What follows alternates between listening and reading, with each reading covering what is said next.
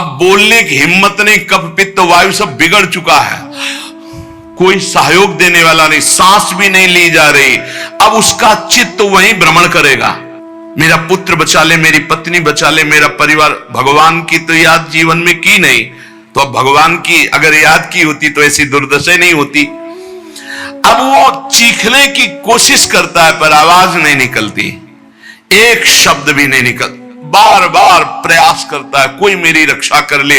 इन भयावन 2 यमदूत होते हैं। उसका मल निकल जाता है भयवश, मूत्र छूट जाता है, मुख सूख जाता है, आंखें पलटने लगती, सांस ऊपर को उठने लगती है, देखने की शक्ति नष्ट हो गई, भारी वेदना, तड़पता हुआ वो शरीर को छोड़ता है।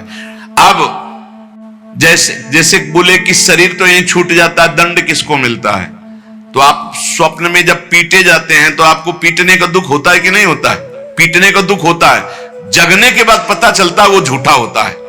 शरीर तो स्थूल आपका सैया में सोया होता है, जब चाकू मारी जाती है ना तो वैसे अनुभव होता है, वैसे अनुभव होता है।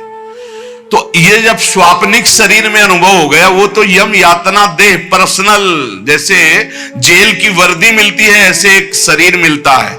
उस जीवात्मा को मन बुद्धि चित्त अहंकार 5 ज्ञानेंद्रियां 5 कर्मेंद्रियों सहित उस शरीर में पैक कर दिया गया, उसका नाम यातना देह है। अब उसको उस शरीर से ले जाते हैं, यातना देह से। स्थूल देह तो यही छूट गया, सूक्ष्म शरीर कारण शरीर पैक कर दिया गया यातना देह में। जैसे स्थूल शरीर में, स्थूल शरीर छूट रहा, यातना देह मिली, वो सूक्ष्म होता है। अब ये माता पिता का गर्भजनित देह नहीं है, ये दंड विधान वाला है, ये कर्म जनित होता है, इसे यातना देह कहते हैं। यमराज के दूत फांसी लगाते हैं गले में, जैसे कुत्ते के नहीं डाली जाती ऐसे, और पीछे से मुदगणों की मार और घसीटते हुए ले जाते हैं।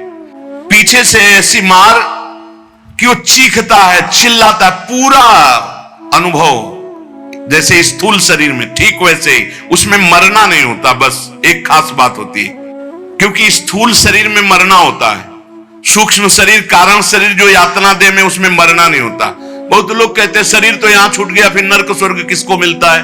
अरे शरीर एक कोट की तरह उतार दिया गया, तू तो उसी में पैक है, अभी भूल मत कर। अब देखो दक्षिण दिशा की ओर उसे दौड़ाते हुए मारते हुए पीछे से ले जाते, और तप्त बालू, आग जैसी तपती हुई बालू, जैसे यहां कुश होते हैं ऐसे लोहे के कांटे होते हैं, उस पे चलना।